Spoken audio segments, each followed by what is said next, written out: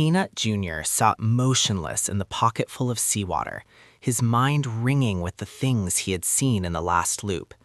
He'd had an inkling that beggar held some special meaning to Daddy He Xuan. Never in a million loops would he have guessed that he was someone who meant that much to him, though. The memory of Xuan's screams still raised chills along his spine. It would have been utterly impossible to mistake the emotions behind that reaction. Still, Peanut's forehead crinkled as he circled the inside of He Xuan's pocket.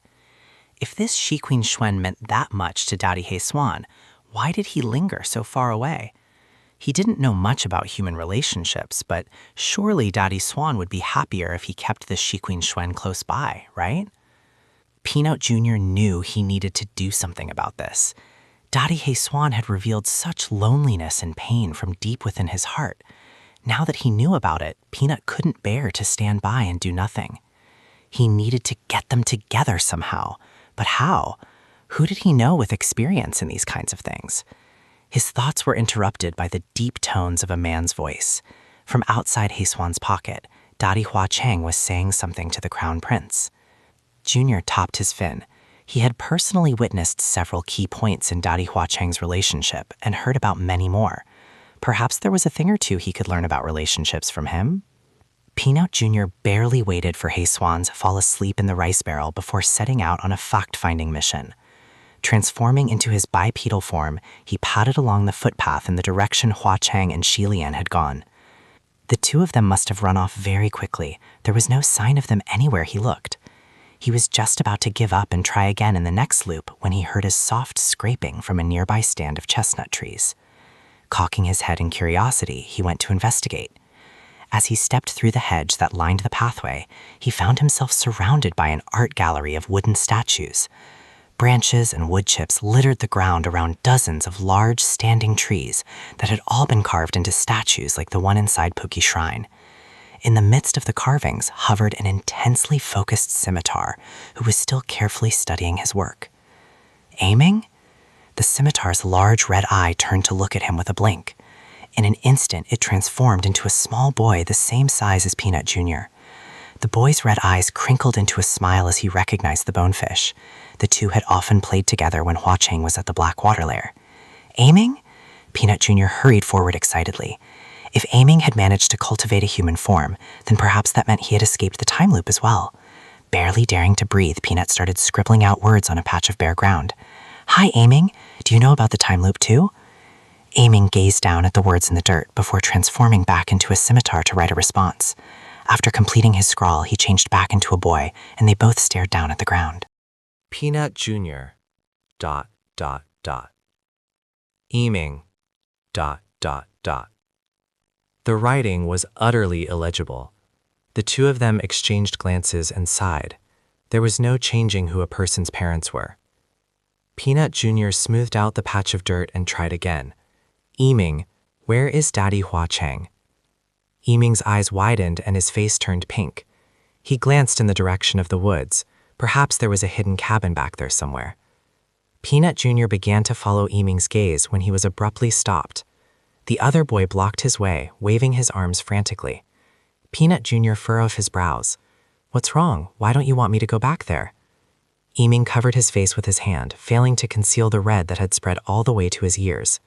He took Peanut Jr. by the hand and led him in the opposite direction, shaking his head repeatedly. Unsure what all the fuss was about, Junior decided that having Aiming to help him was better than nothing. The two of them plodded together long into the night. Peanut Jr. wrote in the dirt, while Aiming mimed his responses to the best of his ability.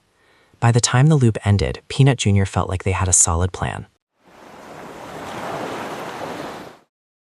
Peanut Jr. hardly waited for He Xuan's body to still and sleep before he burst out of the rice barrel. Quickly transforming into his boy form, he ran out of Puki Shrine and into the crowd. The person he was looking for was right where he expected him to be. The heavenly official Mu King was pouting by himself in one corner of the yard. Junior reached out to tug on Mu King's sleeve, all the while pulling his own hood lower to cover his face. As much as he had cultivated recently, his face was still a bit fishy, and he didn't want it to cause a distraction.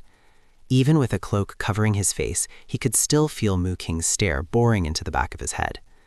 Undaunted, Peanut Jr. pointed at Archie the cart ghost making his way up the road. He looked up in time to see the heavenly official roll his eyes before walking forward to meet their visitor. Yay, it is working. Peanut Jr. looked triumphantly over his shoulder into the crowd. He spotted another small boy approaching Heaven's Eye with a pack of playing cards. Good. Aiming was also in position. Everything was going according to plan. He just needed He Xuan to fall into their carefully laid trap. By now, Moo King was leading Archie into the shrine. Not wanting to miss anything, Peanut Jr. hurried after them. Inside, Moo King stood in the kitchen rolling his eyes at the boar and chicken spirits as they argued over which ingredients should be unloaded first. Peanut Jr. couldn't help but peek back through the doorway. He Xuan should be noticing the commotion any minute. Before he could finish the thought, Heaven's Eye burst through the doorway. "Don't think you can fool me with your evil tricks," he bellowed at a startled Archie and Moo King. "But what?" The chicken spirit stared at Heaven's Eye in bewilderment. You, Heaven's Eye hesitated in shock before lunging forward, preparing a palm strike. Archie was so startled that he stumbled backward, dropping the bag of rice he was holding in the process. As he fell, his back landed against the fireplace the boar was using to roast pork legs, sending sparks and firewood flying. "Take this, you evil beast!" Heaven's Eye strike landed squarely in the chicken spirit's chest, knocking him clean out of his soup pot. The chicken spirit rolled and clucked in shock as several glowing coals rolled out from under his pot and across the floor. One of them landed against the curtains, causing them to instantly burst into flames. Moo King let out a stream of curses as he rushed to try to put out the fire, all the while trying to dodge Heaven's Eye's continued attacks. In the end, it proved to be more than one heavenly official could handle, and flames quickly spread to the rest of the building. Peanut Jr. wandered outside in a daze and looked up just in time to see the thatched roof burst into an inferno. Bright orange flames leapt into the air like floating seaweed and were silhouetted against the mountain behind the shrine. Peanut's gaze slowly sharpened as he gazed at the sight before him. The more he looked at it, the more he got the feeling that something about it wasn't right. There was something wrong with that mountain. He stared at it for a good 30 seconds. The mountain. It was in the wrong place.